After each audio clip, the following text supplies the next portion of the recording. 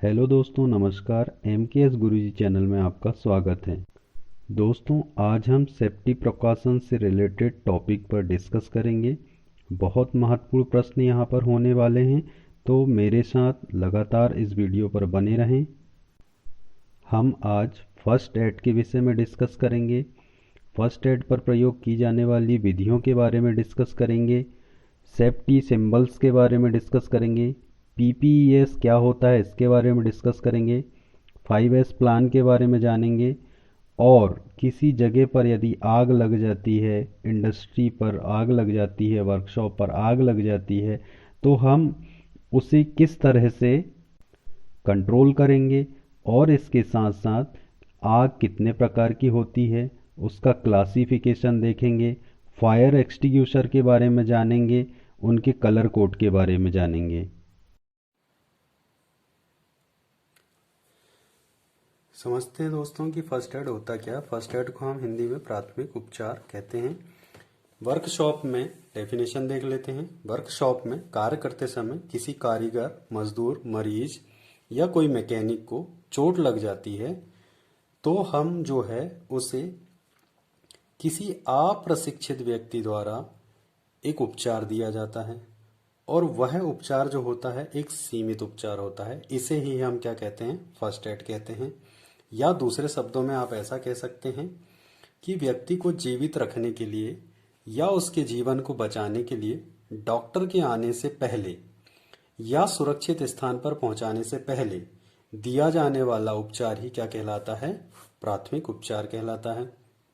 ऐसी स्थिति में क्या हो सकता है, उस व्यक्ति की, मैकेनिक की या हड्डी टूट गई हो, जल गया हो, हार्ट अटैक आया हो, पानी में डूब रहा हो, हीट स्ट्रोक हो चुका हो, बेहोश हो चुका हो या किसी तरह का जहर निगल लिया हो, घाव या गहरी चोट उसे लग गई हो या जॉइंट में बहुत तेज पेन हो रहा हो। इन सारी स्थिति में हम क्या कर सकते हैं, प्राथमिक उपचार उसे दे सकते हैं। अब यदि हम बात करें कि जो प्राथमिक उपचार होता है उसे देने की कुछ विधियां होती हैं, कुछ मेथड होती हैं, तो वो मेथड कौन कौन सी हैं, तो उन मेथड के बारे में हम जान लेते हैं। तो आर्टिफिशियल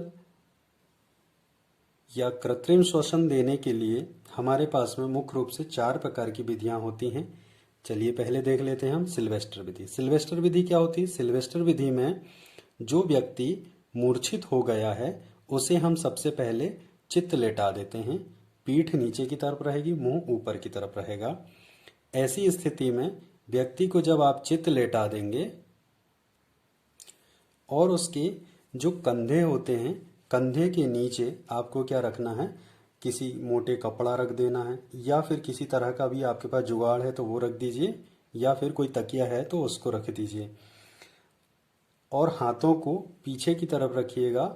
जो व्यक्ति उसे सहारा दे रहा है या जो प्राथमिक उपचार देने का प्रयास कर रहा है उसके घुटने व्यक्ति के कोहनी के पास होने चाहिए। इससे व्यक्ति के फेफड़े काम करना प्रारंभ कर देते हैं या शरीर के अंदर जो ऑक्सीजन रहती है वो बाहर की तरफ निकल जाती है।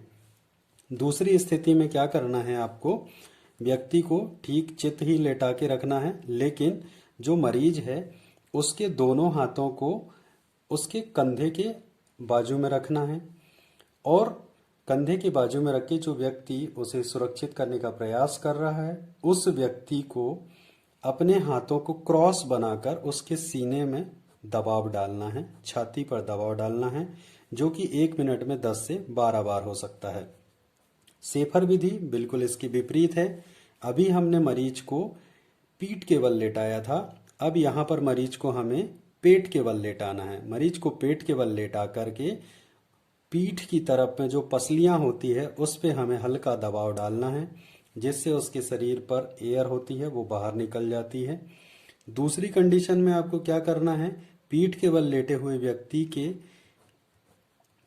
जो बीचों बीच बैकबोन होती है वहां पर आपको पूरा तरीके से दबाव डालना है। तो पीठ पर दबाव डालना है और पसलियों पर दबाव डालना है। ये दूसरी स्थिति में करना है, जो कि सेफर विधि के अंतर्गत आता है। तीसरी विधि होती है लाबोर्ड विधि। लाबोर्ड विधि में मुख से मुख के द्वारा श्वास दी जाती है, लेकिन एक सावधानी यहाँ रखी जाती है। ये देखा जाता है कि जो व्यक्ति मुख से मुख में श्वास दे रहा है या जिसे दिया जा रहा है, दोनों को अपना मुख साफ रखना है। किसी तरह का धूम्रपान या गुटखा वगैरह यदि हो तो पहले उसे साफ कीजिए, उसके बाद में सांस दीजिएगा। तीसरी जो विधि है, चौथे नंबर की जो विधि है वो हो जाती है हमारी आर्टिफिशियल मैकेनिज्म या बनावटी यंत्र। तो बनावटी यंत्र में हमें क्या करना होता है, उसमें एक हॉज पाइप लगा होता है जो व्यक्ति के मुंह के अंदर डाल दिया जाता है और बाहर से उसको प्रेस करना होता है, तो ये एयर जो है व्यक्ति के शरीर के अंदर चली जाती है। अब हम देख लेते हैं एबीसी मेथड। एबीसी मेथड क्या होता है, कई बार पूछ लिया जाता है कि एबीसी मेथड में बी का पूरा नाम क्या है। तो बी का पूरा नाम हो जाता है ब्रीदिंग, ए का पूरा नाम हो जाता है एयरवे और सी का पूरा नाम हो जाता है सर्कुलेशन। ए फॉर एयर वे। खुली हवा में हमें जो मूर्छित व्यक्ति है उसको रखना है, पहली स्थिति। दूसरी स्थिति में आपको देखना है कि उसकी सांस चल रही है कि नहीं। यदि नहीं चल रही तो उसे सांस देने का प्रयास करना चाहिए। तीसरी स्थिति होती है सर्कुलेशन। सर्कुलेशन में ये देखा जाता है कि उसके जो फेफड़े हैं उन पे प्रसार हो रहा है कि नहीं हो रहा है। तो इस तरीके से हमें ए, बी और ये सी तीनों की जरूरत पड़ती है। यहां से प्रश्न बनते हैं दोस्तों सेफ्टी साइन, सुरक्षा संकेत के बारे में देख लेते हैं कि ये सुरक्षा संकेत या सुरक्षा चिन्ह होते क्या हैं। तो आपने देखा होगा कि वर्कशॉप में कुछ ऐसे सेंसिटिव एरियाज होते हैं या ऐसा कोई जगह होती है जहां पर सुरक्षा से संबंधित संकेत या चिन्ह लगे होते हैं जो हमें कोई गलत काम को करने से रोकते हैं या हमें एक प्रकार की इंफॉर्मेशन देते हैं। कई प्रकार के खतरे जो जाने या अनजाने में होने वाले होते हैं या हो रहे होते हैं उनसे हमें अलर्ट करते हैं।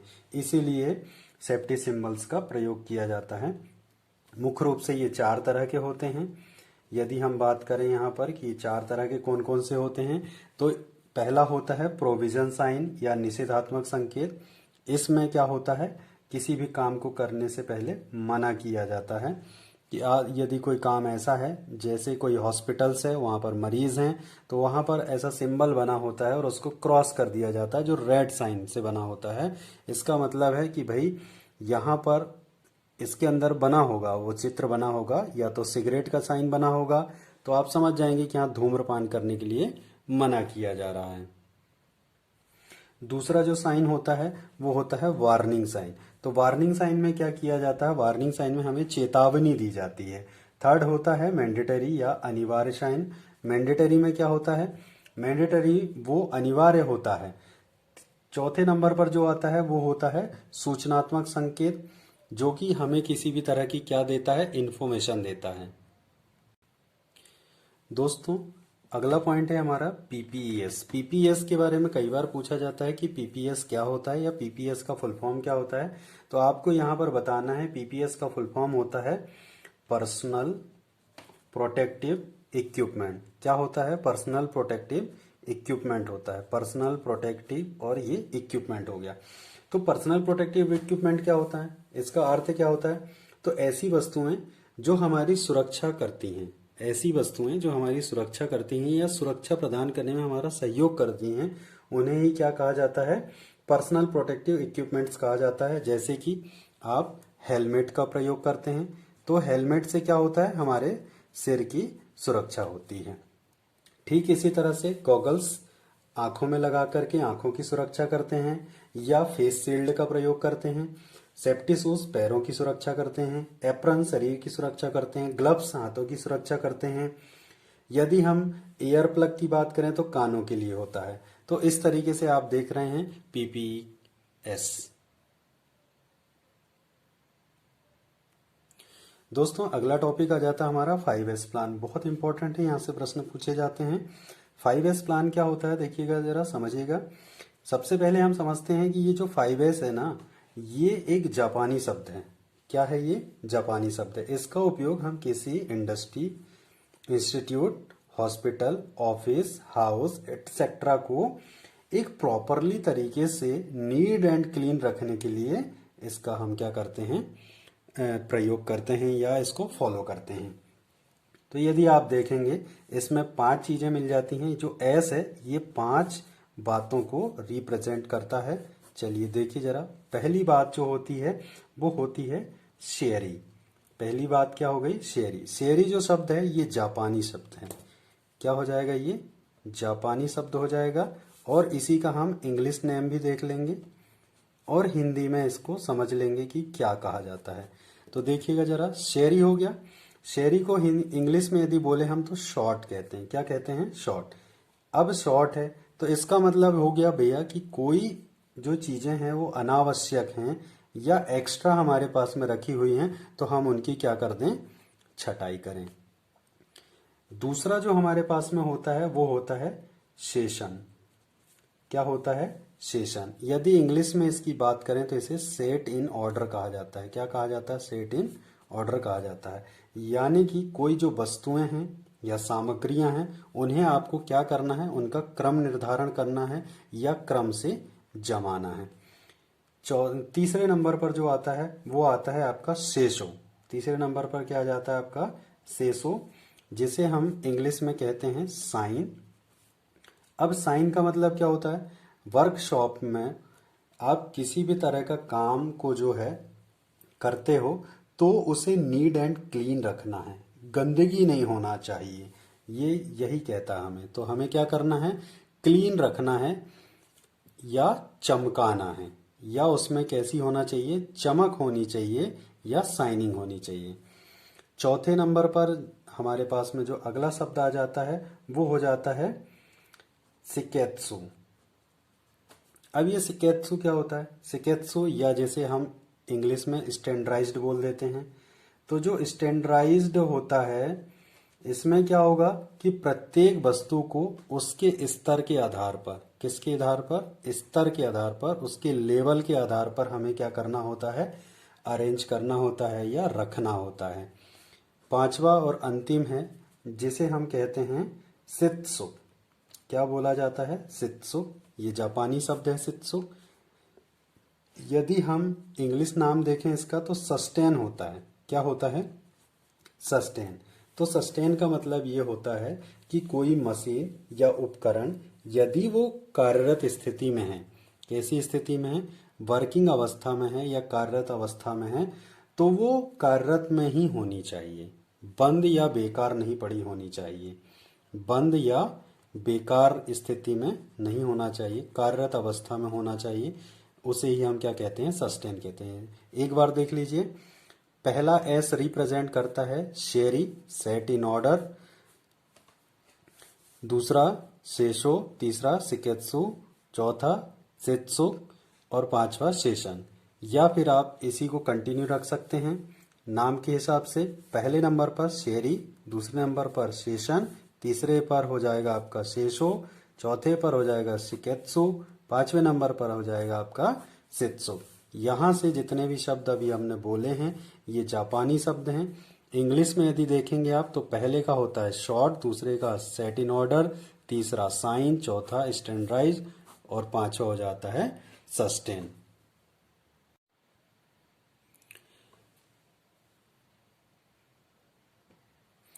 चलिए दोस्तों, हम फायर के बारे में पढ़ते हैं। बहुत महत्वपूर्ण टॉपिक है, यहाँ से बहुत प्रश्न पूछे जाते हैं।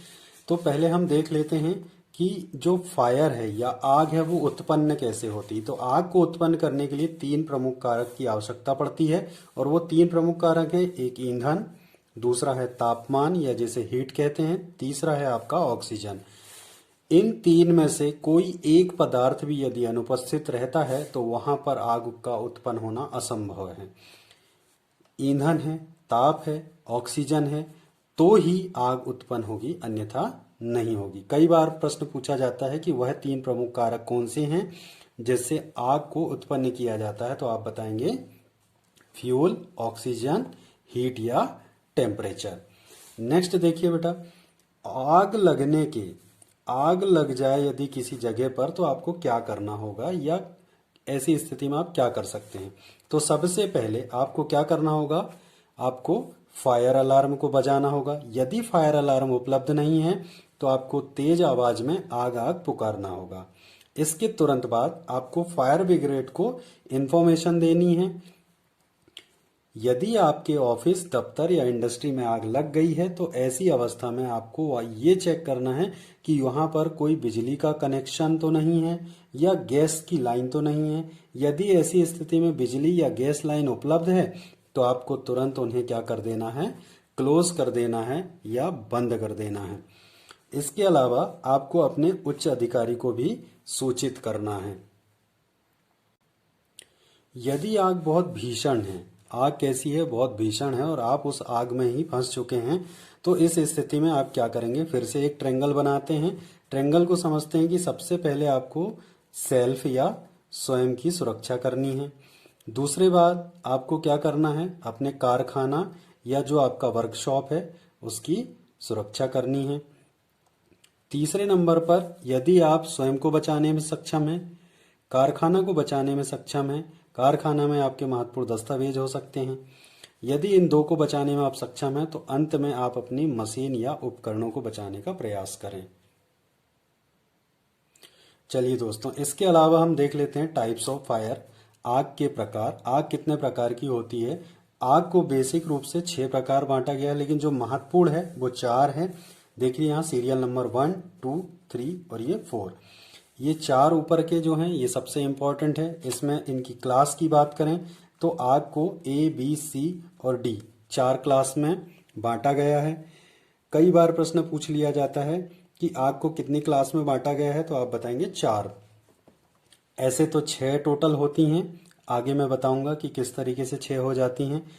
देखिए अब हम देख लेते हैं फायर नेम, फायर फ्यूल और फायर एक्सटिंग्विशर और इसके बाद उसका कलर, ये सारी चीजें हम देखेंगे।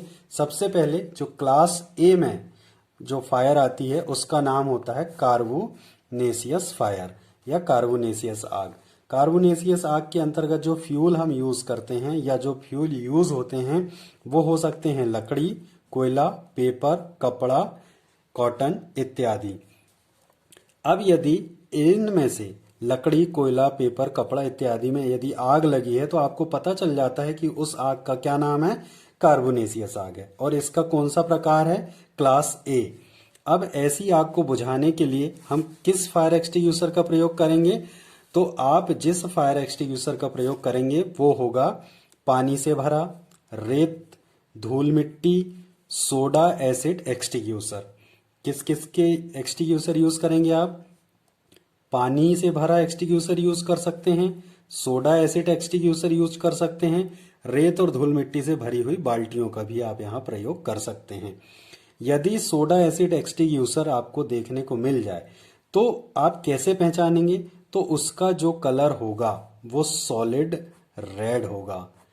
कैसा कलर होगा? सॉलिड रेड होगा। कई बार प्रश्न पूछा गया है कि जो सोडा एसिड एक्सटिंग्विशर होता है या कार्बोनेसियस आग में प्रयोग किए जाने वाले सिलेंडर का रंग कैसा होता है, तो आप बताएंगे सॉलिड रेड होता है।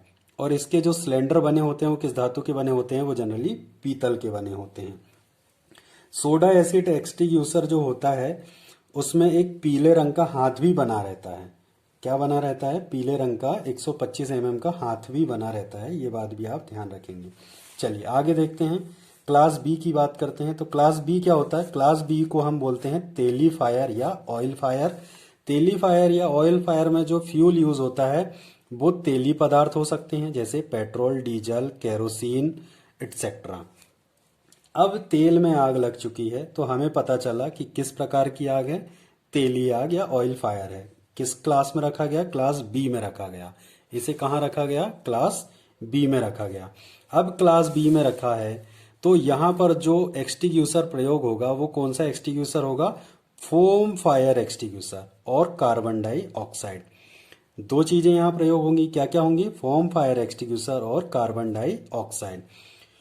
फोम फायर एक्सटिंग्विशर में क्या होता है कि इसमें 2 कंटेनर होते हैं। कितने कंटेनर होते हैं? 2 कंटेनर होते हैं। ये 2 कंटेनर में एक जो कंटेनर होगा उस कंटेनर, यहाँ पर देख लीजिएगा, ये फोम फायर एक्सटिंग्विशर है। फोम फायर एक्सटिंग्विशर में 2 कंटेनर होंगे।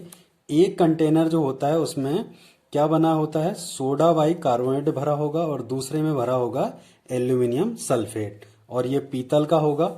दोनों को जब आप क्या करेंगे, प्लंजर को ओपन करते हैं तो ये जो है फोम फायर फोम बाहर झाग के रूप में निकलना शुरू हो जाती है।